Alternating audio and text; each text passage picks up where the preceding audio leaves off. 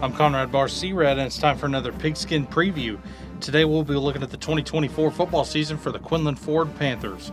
We'll get right into the preview after this word from Quinlan Sand and Gravel. Quinlan Sand and Gravel is your go-to place for all of your landscaping and driveway needs. Locally owned and operated, they serve both residential and commercial. They have any type of material you'll need for landscaping and driveway projects. Pick it up or have it delivered. They're open Monday through Saturday, 8 a.m. to 3 p.m. or make an appointment to come get your material. They're located 3105 State Highway 276 West in Quinlan. Look for the big American flag. Call 903-352-4499. For all your landscaping and driveway needs, it's Quinlan Sand and Gravel. The Quinlan Ford Panthers are under the direction of Todd Wallace. They're in District 6-4A Division II, Region 2. They're returning 5 starters on offense and 5 starters on defense. Last year they were 5-6 in overall, 2-3 in district, and they were 4A Division II by-district finalists.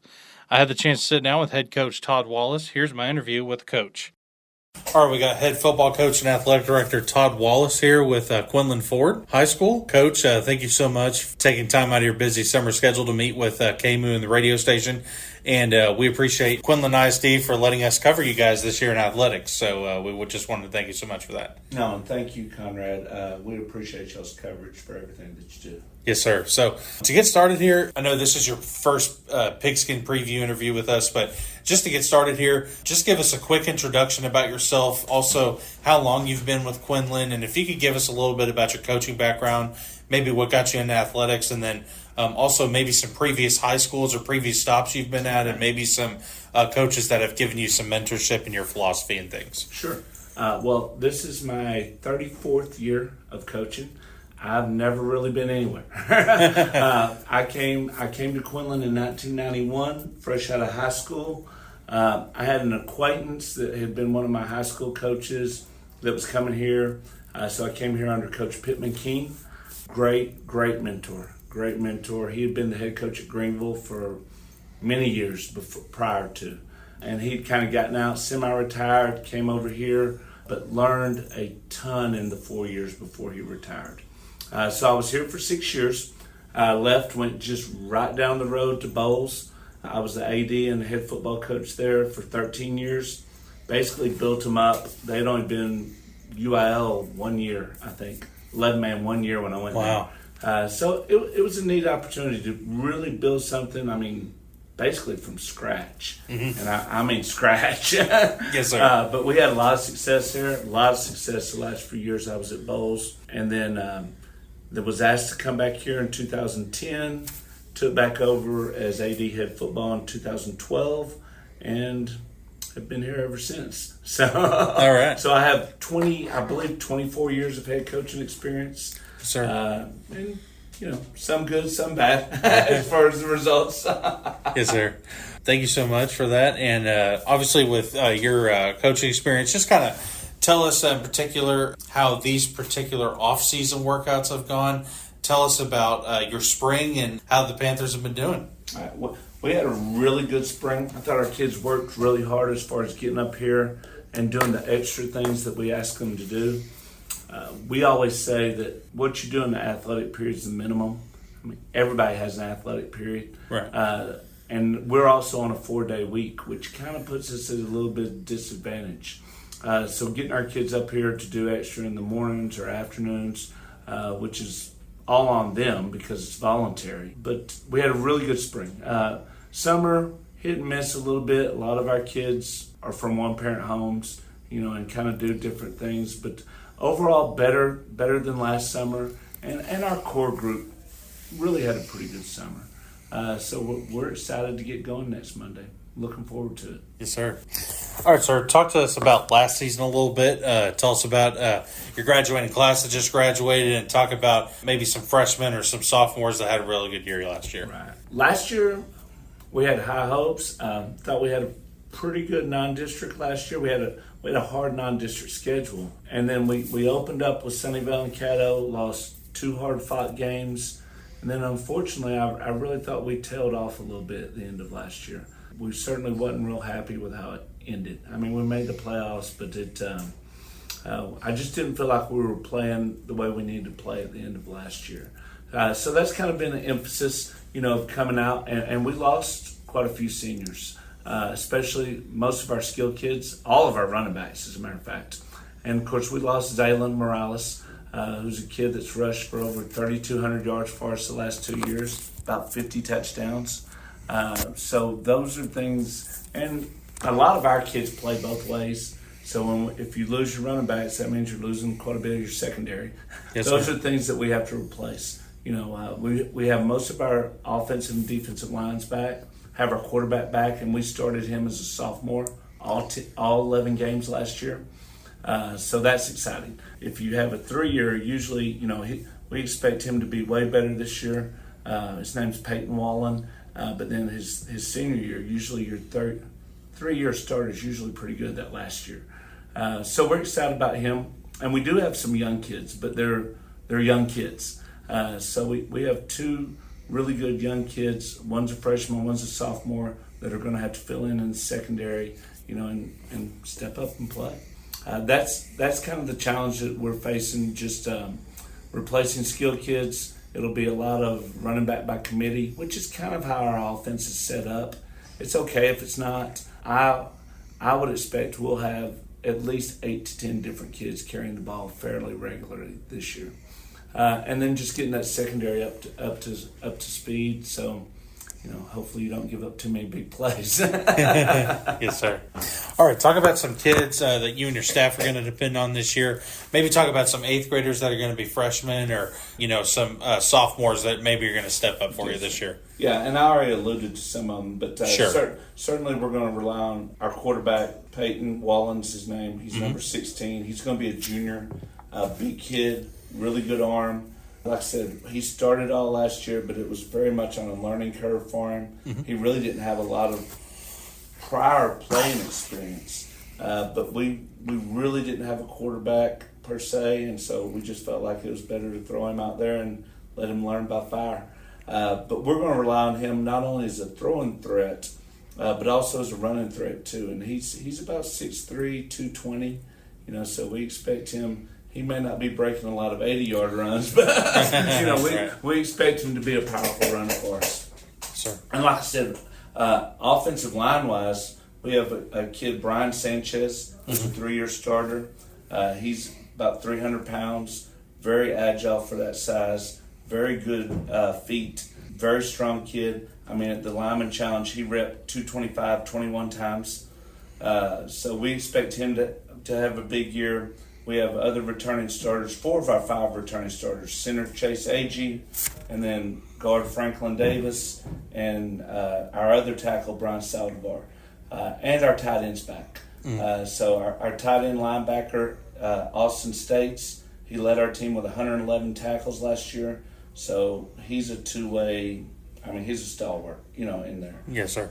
And then, like I said, the 2 young secondary kids that we have, Mason Teague and freshman Devin Williams, and they both are backup quarterbacks. So our sub-varsities may be hurting for quarterbacks this year, but they'll not only backup quarterback, but we'll work them in, a little bit of running back, receiver, and stuff offensively too. But we do expect them to be 2 of our top cover guys, And so, like I said, filling in a little bit of outside linebackers, and then getting our running backs, up to par is what our challenges are going to be. And depth's always a challenge here, so we just got to get ready to play both ways. Yes, sir. Now, I realize, you've been coaching obviously a very long time, but is there anything in particular this offseason you may have done differently, or maybe something that you brought back maybe from the 90s or from the 2000s back that, maybe you hadn't done in recent years? Well, some people would say we always bring back our offense from the 90s. No, I don't think there's anything that we really did a lot different. We pretty much have a set philosophy. I like to say that we're old school, and I think that. I think we work our kids pretty hard. We would like to hope that they're tough, physically, and those kind of kids that we're trying to count on, because we may not be the fleetest of foot, and certainly probably not the biggest overall, but we want tough, hard-nosed kids that play what we call Quinlan brand of football. And so if you ask what's throwback, I would say it would have to be our offense. Someone said, my son, who's our assistant head coach, said he was listening to somebody, one of the radio stations last year, and said we ran the ball on 3rd and 6, and the announcer's like, well, that's unusual. He said they obviously hadn't watched many of our games. So anyway, that's the kind of style that we try to play. But I do think, and we want to be able to throw the ball when we want to throw the ball, because like I said, the Peyton, he's certainly got that capability, and so we want that to augment our normal offense this year, maybe a little bit more than normal. Okay. Obviously, some off seasons. You have some coaching changes or some staff additions or departures. Is there any you'd like to highlight or talk about maybe how they're going to benefit your kids this year, maybe the additions? No, we only had one, and we really don't have a lot at the high school for whatever reason. But we had one change, and actually we're getting someone back that's been a coach. He never left, but he's coming back and doing football again this year. Mm-hmm. So I'm excited about that because he's coached running backs for us and special teams for many years. Mm-hmm. So to get Coach Rickman back I think is a plus. Nothing against the coach that was here last year, but he was a first-year coach. So I think that's going to add a little bit to our staff. But overall, we have very good staff continuity for the most part. All right, sir. This is a redistricting year. Obviously, you've been coaching a long time, so you're familiar with how a redistricting year works and things of that nature. So talk about your new district, but also talk about your non-district schedule, because obviously that changes as well. And if you could just talk about maybe some opponents in your schedule that Quinlan Ford maybe has not played recently or played in the 2000s, 90s, things of that nature. Yeah. Well, our non-district is completely new. I mean, we haven't played any of them in the last 2 years, but looking at it, we've played Brownsboro, in the past since I've been here. Have never played Spring Hill, so that's kind of exciting. Don't really know a lot about them other than just some very, very basic stuff. Community's been in our district before, so we're very familiar. We've played them on the sub-varsity levels coming through, so it's always they run wing T too, so that's always a short game. It's good to get that in. Then don't really know. Have never played Mineral Wells. Like we were talking about, it's a good distance, and it's just one of those scheduling things that worked out. And then North Lamar, we have either played them or scrimmaged them every year. We've been scrimmaging them the last 4 or 5 years. They have a new coach, so that's a little bit different, but. Pretty familiar with their kids and whatnot. And then district-wise, Sunnyvale's kind of been one of our big rivals the last few years. That's always a big game. They're always very good, very well coached, have a lot of great kids. And certainly I would say that they're probably the district favorite going into the season. So that's always a challenging game, but very familiar with them. Wills Point's been back in our district for, I guess this is the second realignment again. Pretty familiar with them. Haven't played Canton. We've played in the past, but haven't played them in the last 4 or 5 years. So that'll be a little bit new. We've played Kemp until the last 2 years. We played them in 2021, I guess, is the last time. But obviously they've had a coaching change since then. And then Ferris is the same way. We've played Ferris several times, just not the last 2 years. So overall, a lot of new opponents, but familiar opponents at the same time. And of course, when you get coaching changes and so forth, but the kids, usually are pretty similar. You may be up or down or whatnot, but really the two complete newbies would be Mineral Wells and Longview Spring Hill. I mean, we know very little about them really. So it's kind of exciting. It's kind of exciting to get a new schedule, and obviously the big one that we're missing is Caddo's one of our big rivals. So it's very unusual not to be in the district with Caddo Mills, and that'll be a little bit different. We're excited and looking forward to the schedule. I think the district, Sunnyvale's clear favorite. I would say that's true, and then I think everyone else is going to be very, very competitive though. So I think it's fairly wide open after that. Yes, sir. Our coach, anything else you got for the Quinlan ISD community and KMOO? Well, we're excited for the season. Our kids have worked really hard. we've kind of, despite the fact of what I talked about last year, we've had some good seasons that we've been able to string together here in a row. So we're looking to build upon that tradition.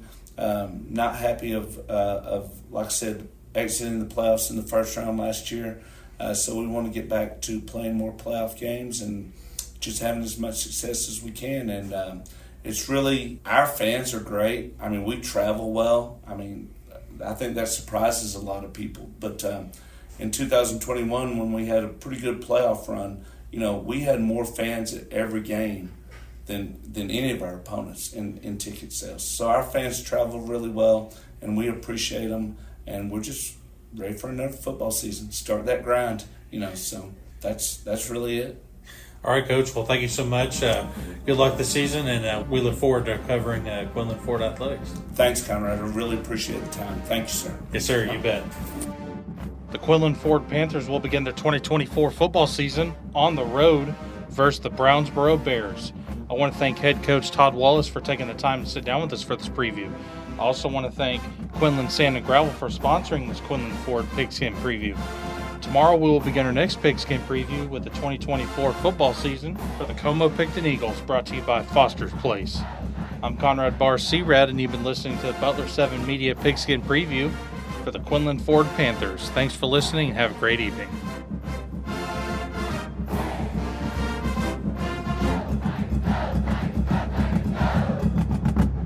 Quinlan Sand and Gravel is your go-to place for all of your landscaping and driveway needs. Locally owned and operated, they serve both residential and commercial. They have any type of material you'll need for landscaping and driveway projects. Pick it up or have it delivered. They're open Monday through Saturday, 8 a.m. to 3 p.m. or make an appointment to come get your material. They're located at 3105 State Highway 276 West in Quinlan. Look for the big American flag. Call 903-352-4499. For all your landscaping and driveway needs, it's Quinlan Sand and Gravel.